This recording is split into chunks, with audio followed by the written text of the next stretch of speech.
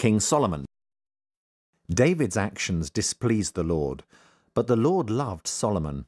Years later, when David was an old man, another of his sons, Adonijah, exalted himself.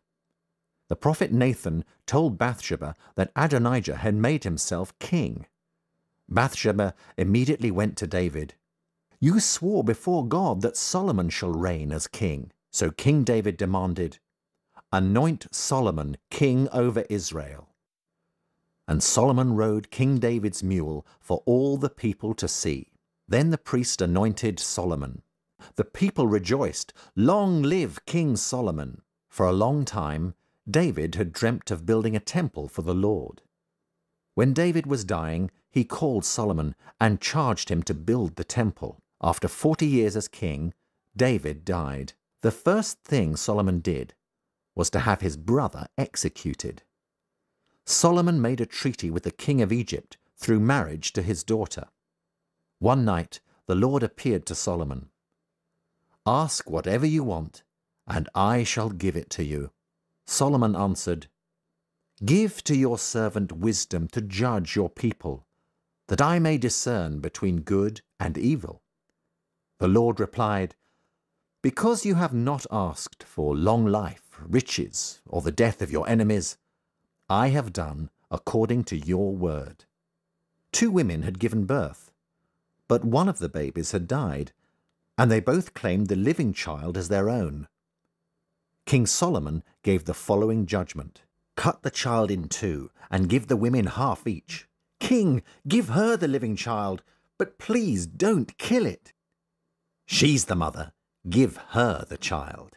Solomon was king over all Israel, and he reigned in great prosperity. He wrote 3,000 proverbs and 1,005 songs. Wise men and kings who had heard of his wisdom came from all over the earth to listen to him. So it was that Solomon began to prepare for the building of the temple. And it came to pass in the 4th year of his reign, the construction began. The building was magnificent, with gold floors, walls, and ceilings. In the October, 959 years before Christ, Solomon completed the temple. When the Ark of the Covenant was brought in, a cloud of glory filled the whole building. King Solomon also built a fleet of ships. The Queen of Sheba visited Solomon to test his wisdom. She was breathless and said to the king, "What I heard concerning your wisdom and prosperity is certainly true." Solomon had 700 wives and 300 mistresses, many of whom were foreign. But he did evil in the sight of the Lord when he built an altar to the foreign gods. The Lord said, "I will take the kingdom from you. You shall be left with only one tribe for the sake of David, your father."